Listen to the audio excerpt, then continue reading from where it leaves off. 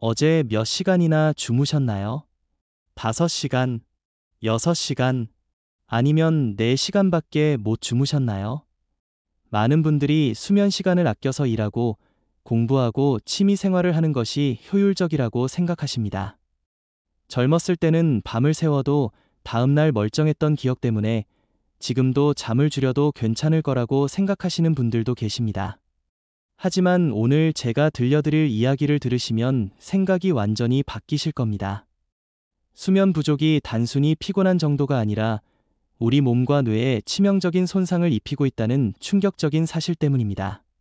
특히 중년 이후에는 수면 부족이 치매, 심혈관 질환, 당뇨, 비만 등 각종 질병의 직접적인 원인이 된다는 연구 결과들이 속속 나오고 있습니다. 제가 작년에 만나뵌 한 분의 이야기부터 들려드리겠습니다. 이분은 50대 중반의 사업가로 평생 하루에 4~5시간만 자면서 일에 매진하며 살아오셨습니다. 수면 시간을 아끼는 것이 성공의 비결이라고 생각하셨고 실제로 사업도 성공하셨습니다. 잠을 줄여서 일한 만큼 더 많은 것을 이룰 수 있다고 믿으며 사셨다고 합니다. 그런데 최근 들어 이상한 증상들이 나타나기 시작했다고 하시더군요. 자주 깜빡깜빡하고 집중력이 떨어지고 감정 기복이 심해지고 혈압과 혈당이 올라가기 시작했습니다. 병원을 찾았을 때 의사는 만성적인 수면 부족이 원인이라고 했다고 합니다. 뇌검사 결과 같은 나이 또래보다 뇌 기능이 현저히 떨어져 있었고 이대로 가면 치매가 올 가능성이 높다는 경고를 받으셨다고 하시더군요. 의사는 당장 수면 시간을 늘려야 한다고 강력히 권고했습니다. 그동안 몸을 혹사하며 번 돈과 성공이 무슨 소용이 있겠냐며 건강을 최우선으로 생각하라고 했다고 합니다. 그 충격으로 이분은 생활 패턴을 완전히 바꾸기로 결심하셨습니다. 일을 줄이고 하루에 7시간 이상 자는 것을 목표로 삼으셨다고 합니다.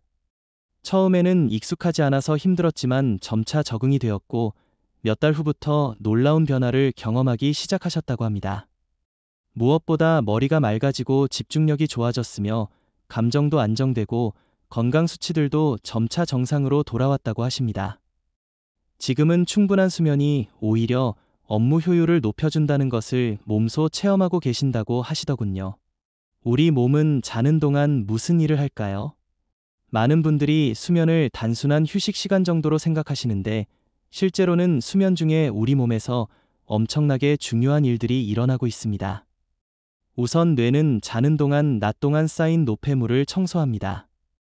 깨어있을 때 뇌세포들이 활동하면서 생긴 독소들이 수면 중에 제거되는데 이 과정이 제대로 이루어지지 않으면 독소가 쌓여서 뇌 기능이 저하되고 치매 위험이 높아집니다.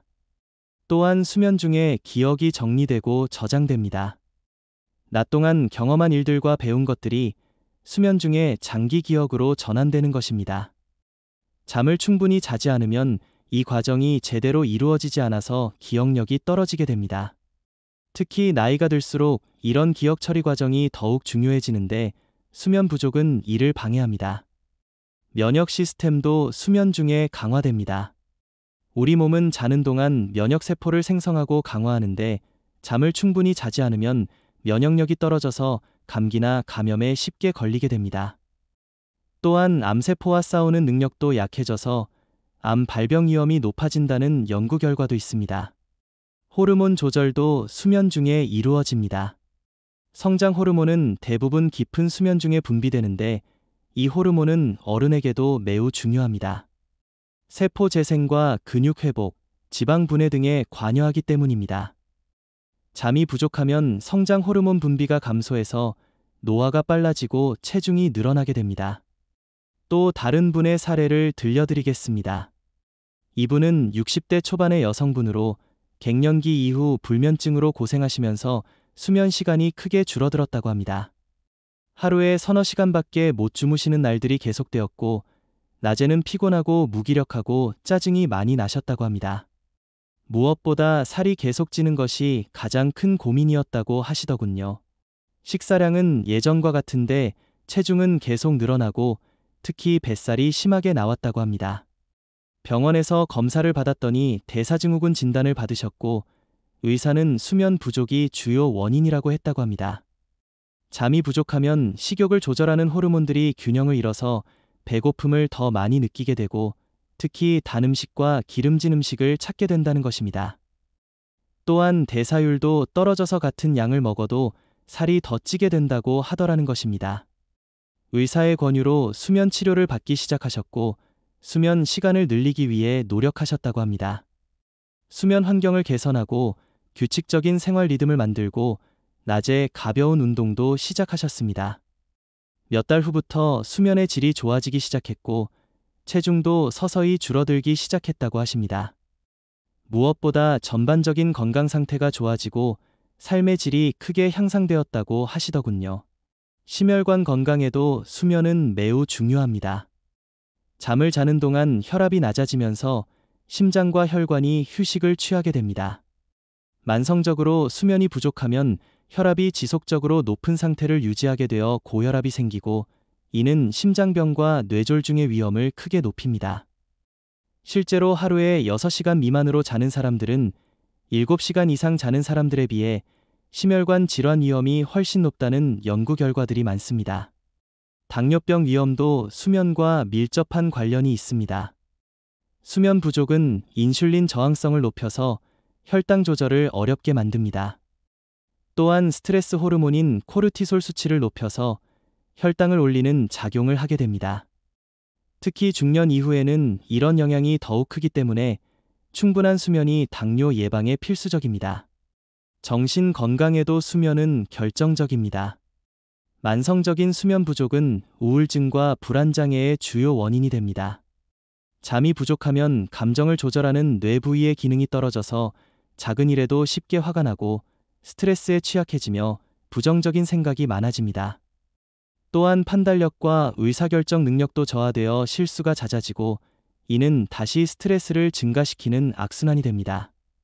노화 속도에도 수면은 큰 영향을 미칩니다.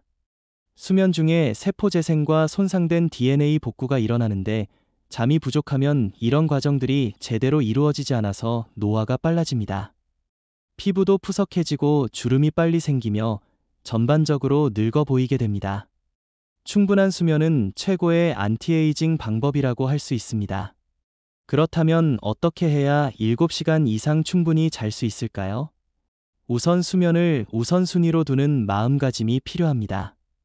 잠은 아껴도 되는 시간이 아니라 건강을 위한 필수 투자라는 인식의 전환이 중요합니다.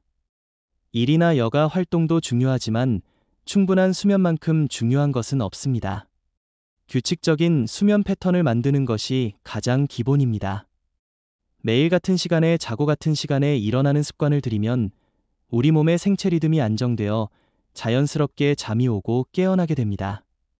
주말에도 평일과 비슷한 시간에 자고 일어나는 것이 좋습니다. 수면 환경도 중요합니다. 침실은 어둡고 조용하고 시원해야 합니다. 커튼으로 빛을 완전히 차단하고 소음이 있다면 기마개를 사용하거나 백색 소음을 활용할 수 있습니다. 온도는 약간 서늘한 정도가 좋은데 너무 덥거나 추우면 수면의 질이 떨어집니다. 침대는 오직 수면 용도로만 사용해야 합니다. 침대에서 스마트폰을 보거나 텔레비전을 보는 습관은 수면을 방해합니다. 특히 자기 전에 블루라이트에 노출되면 수면 호르몬인 멜라토닌 분비가 억제되어 잠들기 어려워집니다. 낮 동안의 생활 습관도 밤 수면에 영향을 미칩니다. 규칙적인 운동은 수면의 질을 높이는 데 큰 도움이 됩니다. 다만 자기 직전의 격렬한 운동은 오히려 잠을 방해할 수 있으니 저녁 시간 이전에 운동하는 것이 좋습니다. 햇빛을 충분히 쬐는 것도 중요한데 낮에 햇빛에 노출되면 밤에 멜라토닌이 잘 분비되어 숙면을 취할 수 있습니다. 카페인과 알코올 섭취도 조절해야 합니다. 카페인은 오후부터는 피하는 것이 좋고 알코올은 잠들게 하는 효과가 있지만 수면의 질을 크게 떨어뜨림으로 수면을 위해 술을 마시는 것은 절대 피해야 합니다. 저녁 식사는 가볍게 하고 자기 직전에는 먹지 않는 것이 좋습니다. 배가 너무 고프면 잠들기 어렵지만 너무 배가 부르면 소화 때문에 수면이 방해받습니다. 적당히 배를 채우되 소화가 잘 되는 음식을 선택하는 것이 좋습니다. 스트레스 관리도 중요합니다. 낮 동안의 스트레스를 해소하지 못하면